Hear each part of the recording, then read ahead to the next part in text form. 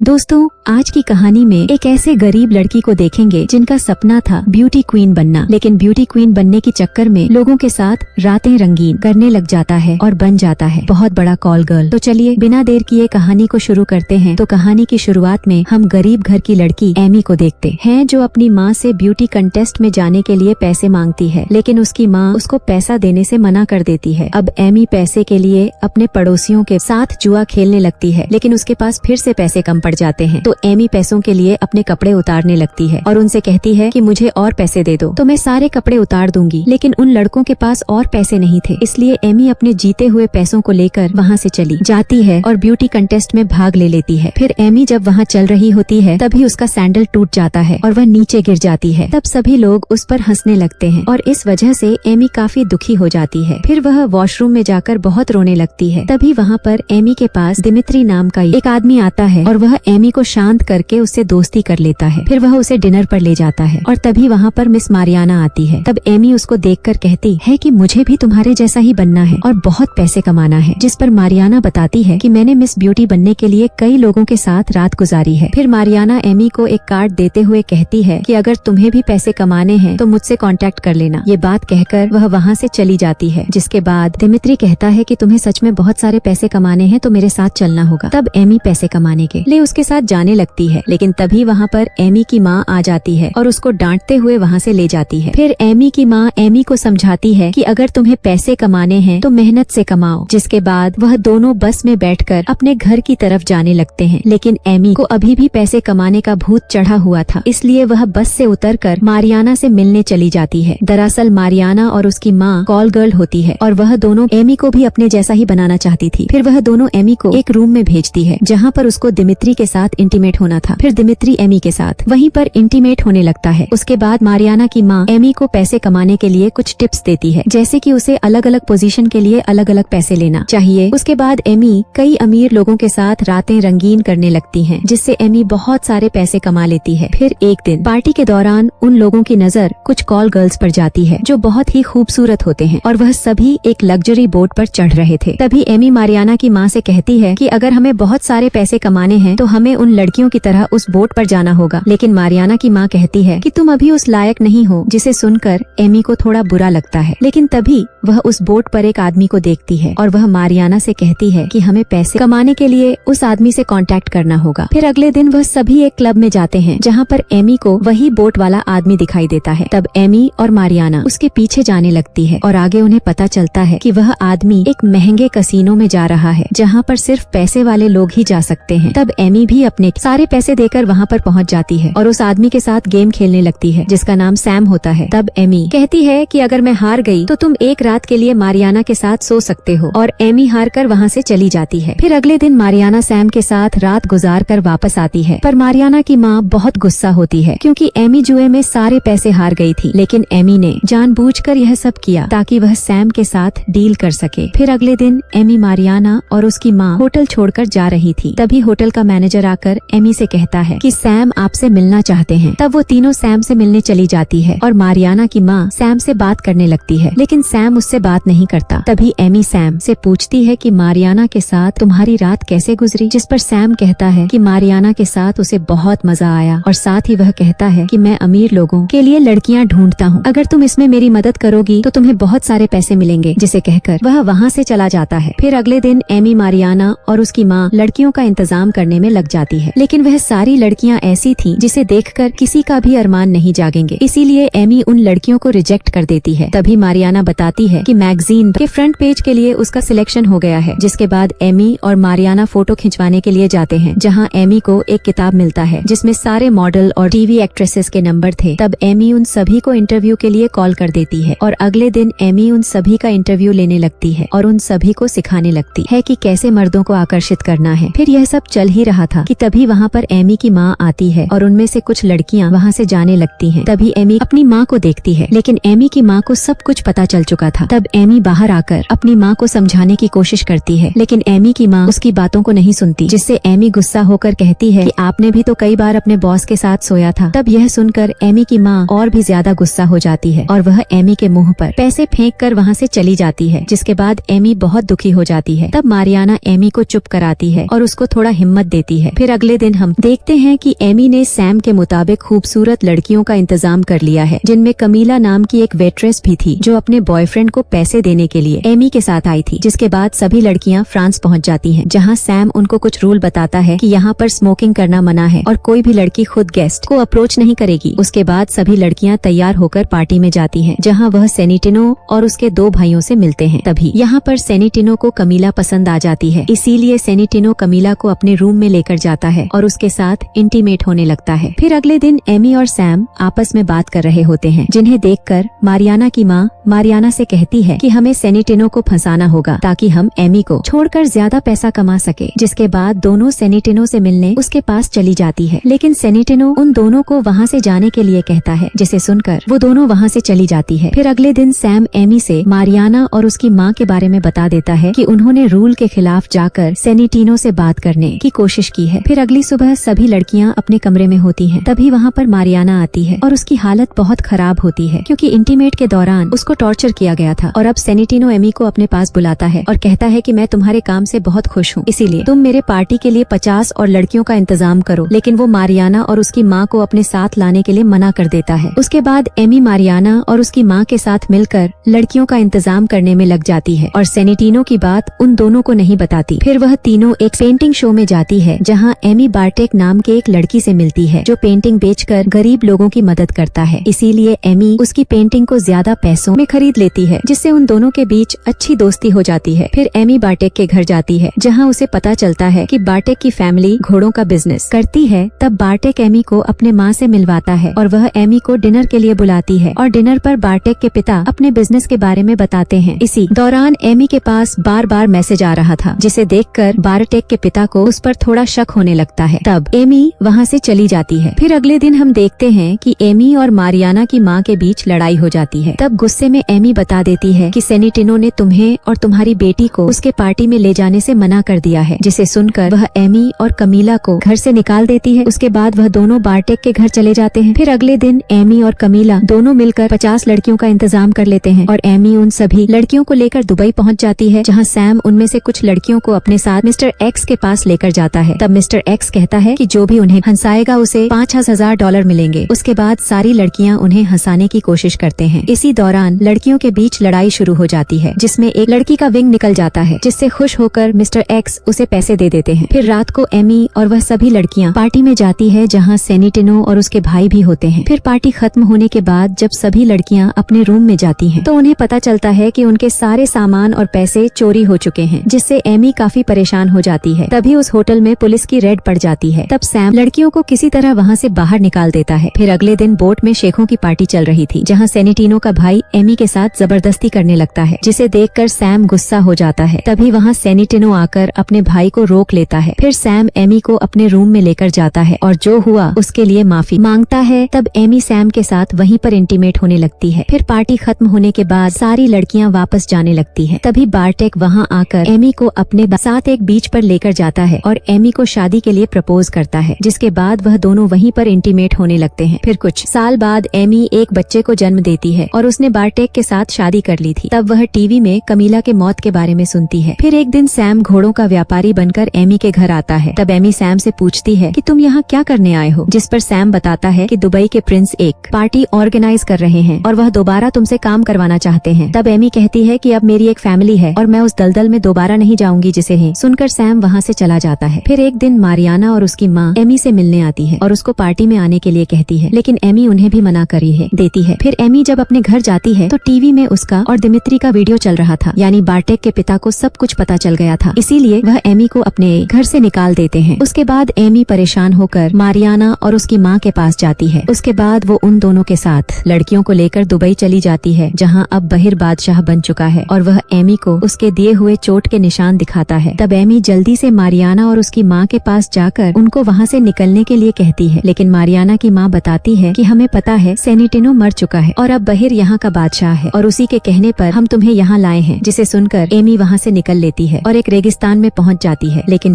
बहेर उसे पकड़ लेता है और वापस लाकर उसका रेप करने लगता है, जिसकी वजह से उसकी हालत खराब हो जाती है। फिर कुछ दिन बाद वह अपने बेटी से मिलने जा रही थी, लेकिन तभी पुलिस वाले उसको पकड़ लेते हैं, क्योंकि कमीला की मौत एमी की वजह से हुई थी और इसका पता कमीला के बॉयफ्रेंड ने पुलिस वालों को दिया था। उसके बाद एमी को जेल हो जाती है। फिर कुछ सालों बाद एमी जेल से छूट जाती है और अब वह अपने माँ के शॉप में काम करने लगती है। और इसी के साथ यह मूवी यहीं पर खत्म हो जाती है। अगर आप लोगों को मेरी वीडियो पसंद आया है तो एक लाइक करें और मेरी चैनल को जरूर सब्सक्राइब करें। तो मिलते हैं नेक्स्ट वीडियो में। धन्यवाद।